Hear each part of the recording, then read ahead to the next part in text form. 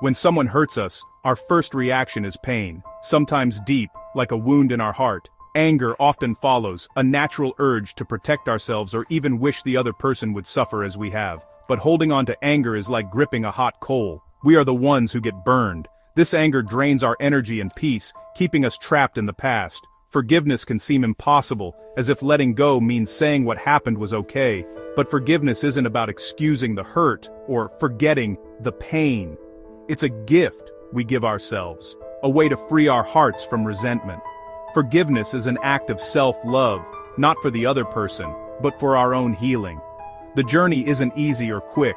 It's a practice that takes patience and courage. We must look deeply at our own suffering, and if we can, at the suffering of the one who hurt us. This requires bravery and a willingness to open our hearts, even when we want to close them. Why does forgiveness matter? Because our happiness depends on it. Anger and resentment color everything, affecting our relationships and our ability to live in the present. They keep us chained to the past. Forgiveness is the key that unlocks the door to now. It lets us step out of the shadows of old wounds and into the light of a new day. It's the beginning of our own liberation. We don't forgive because others deserve it, but because we deserve peace. The path is difficult, but it leads to true healing. Each step is a step toward freedom. The choice to forgive is the choice to reclaim our lives, and that is the greatest gift we can give ourselves. Compassion is seeing the suffering in another person, not pity, but a deep recognition of their humanity. Often those who hurt us act from their own pain, fear, or confusion. Understanding this doesn't excuse their actions, but it helps us see beyond them. We can ask, what pain might they be carrying? What shaped their actions? When we look with compassion, our hearts begin to soften. We see that their actions are rooted in suffering, not just malice. This is the first step toward transforming our anger. Compassion is like shining a light into a dark room. Suddenly we see the whole story, not just the hurt. We realize they are more than their worst moment. Understanding their story helps us transform our own pain. When we see their humanity, our anger loses its grip. We begin to see them not as enemies, but as fellow human beings in need of understanding.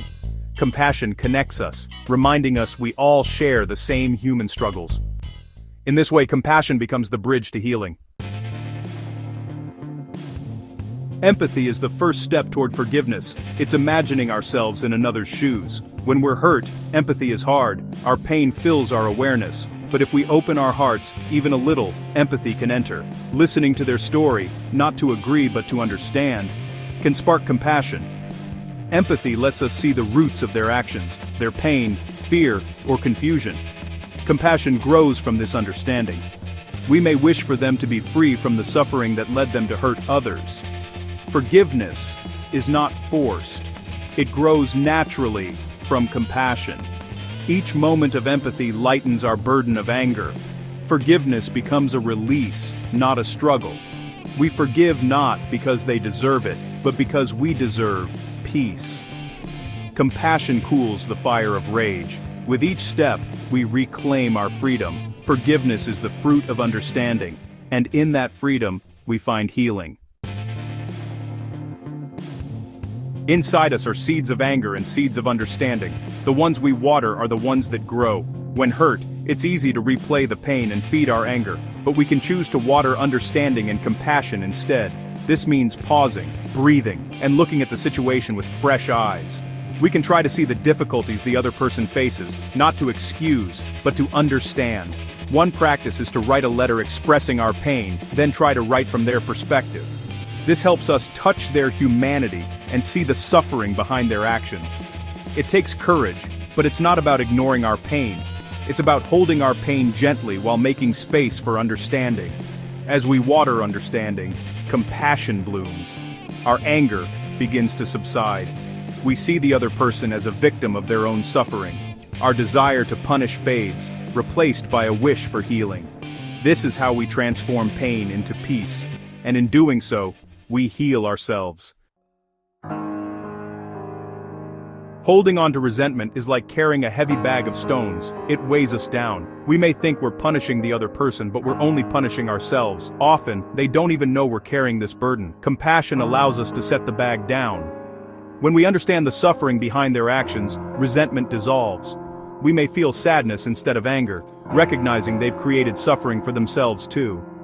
This shift is freeing, a lightness in our chest, a deeper breath. Letting go is not denial. It's embracing the present, free from old grievances. Releasing resentment is deep self-care. It's choosing peace over conflict. When we let go, we reclaim our power.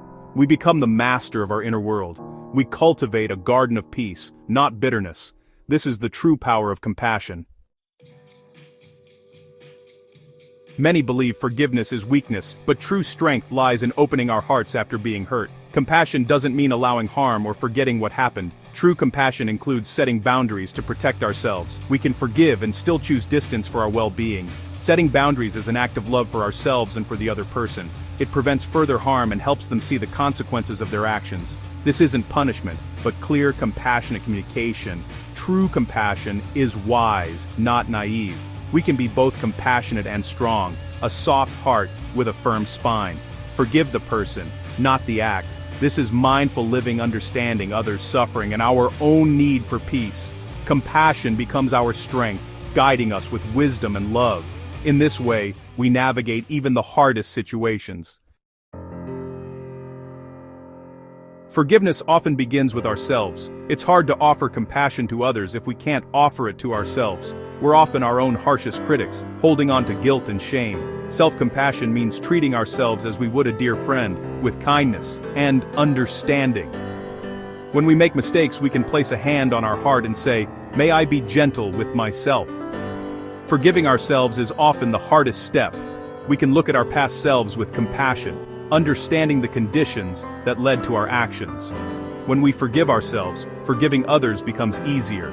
We see that everyone is doing their best with what they know. Self-compassion opens our hearts, making space for understanding others. It creates fertile ground for forgiveness to grow. Self-forgiveness is the gentle rain that allows compassion to bloom. In healing ourselves, we make room to heal our relationships. This is where true forgiveness begins. Science confirms what spiritual traditions have long taught. Forgiveness heals. People who forgive experience less stress, anxiety, and depression. Holding on to anger keeps our bodies in fight or flight, harming our health. Forgiveness calms the mind and restores balance.